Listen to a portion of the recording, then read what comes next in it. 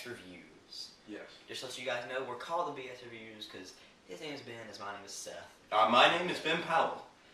And I'm Seth Holloway. And here with us today in the studios is Brandon Solomar. Hi. Funny fact, his initials are BS. Yeah. Yes.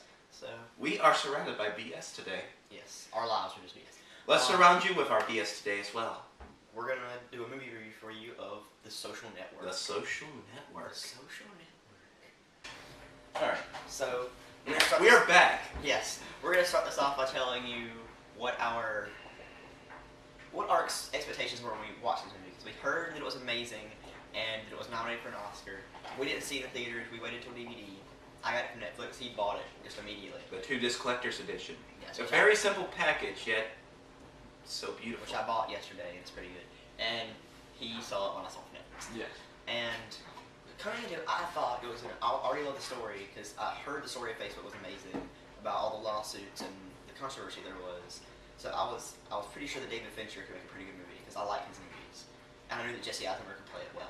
What'd you think? I thought it was going to be cool. Okay, how about you?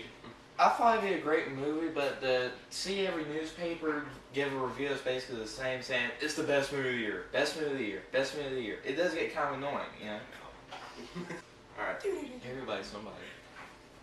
Next up, we're going to explain the plot of this movie. Would you like to do Okay. Right. The movie stars Jesse Eisenberg playing ever famous Mark Zuckerberg. He is in his sophomore year at college.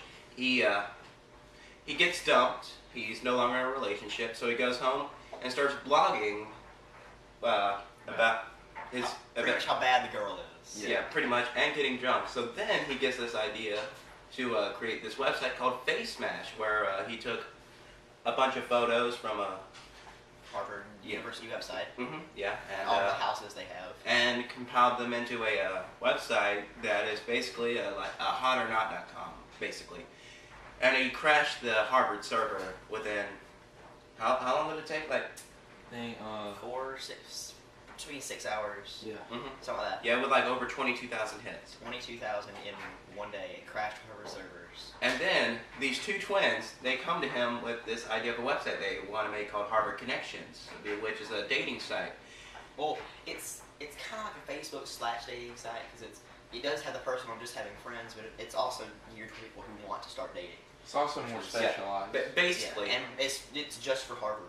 and then that's where Mark Zuckerberg got the idea for Facebook. So then he's gone for like a month, nobody sees him, and in that period of time, he creates the Facebook. And the entire time he's communicating with his friend Eduardo, whose name I still can't Andrew, who played by Garfield. yeah.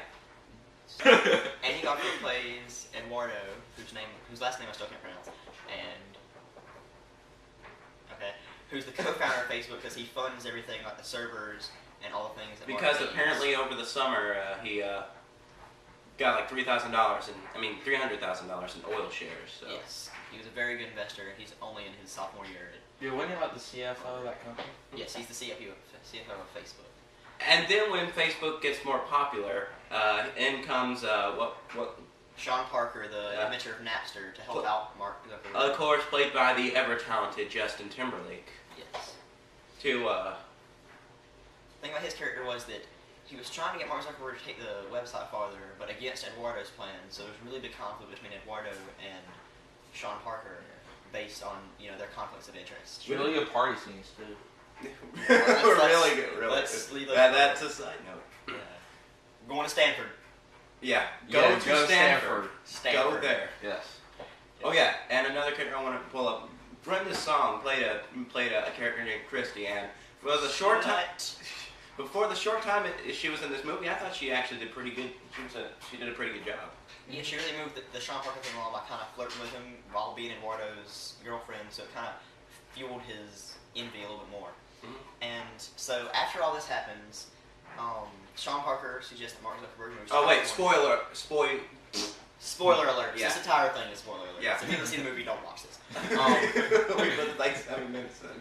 Yeah, this is like a 13-minute video, so just watch it. So then he tells Mark Zuckerberg to move to California because it's where Silicon Valley is and where everyone is going to be, and that's where all the premier internet things are. But once Eduardo gives Mark Zuckerberg the money to move there with a couple programmers, he doesn't tell Sean Parker. So when they're having a party, they realize that Sean Parker lives down the road from them, and he moves in with them to help out with the Facebook. Yes.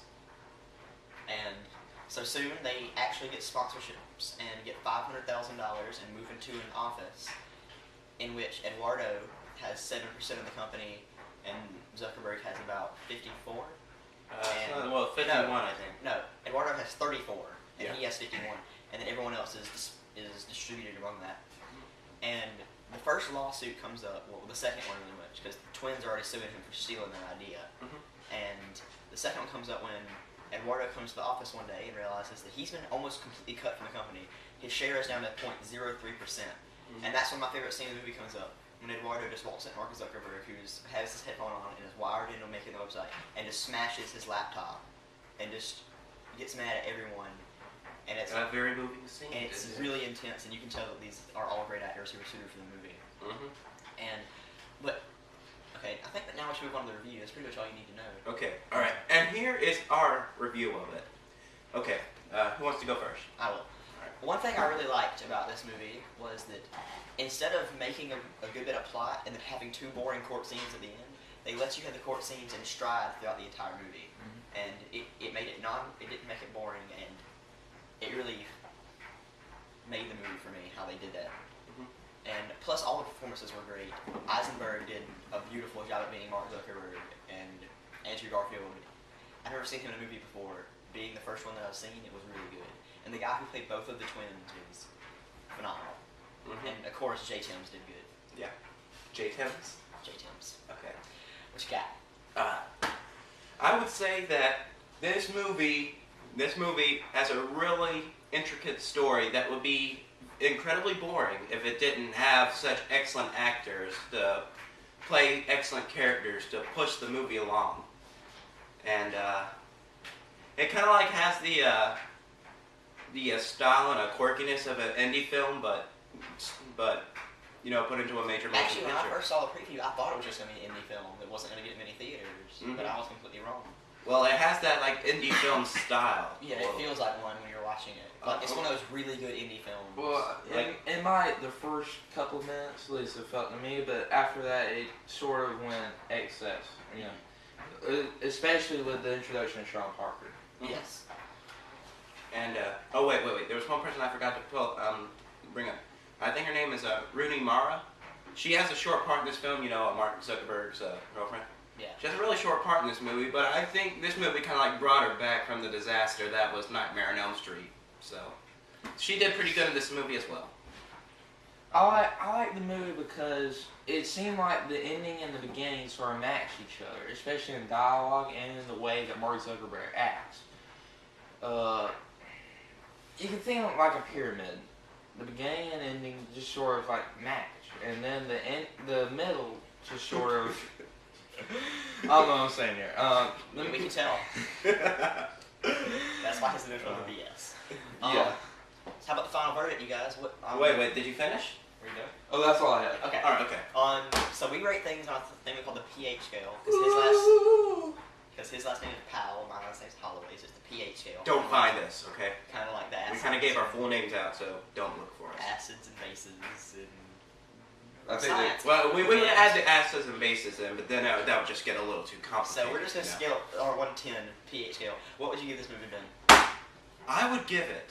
Well, the first time I saw it, I would give it a 9 out of 10 because. Sorry, I would give it a 9 out of 10 because at first I thought that it was a really good movie, but it was just too tense at some points and needed a little bit more humor to move it along. But then when I saw it again, I realized I had plenty of that, so I would have to give it a 10. Honestly, I'd probably agree with Ben. Probably a little bit less because I don't think many movies out there are perfect. Probably about a 9.8 because it did have plenty of humor. Which rounds up to a 10.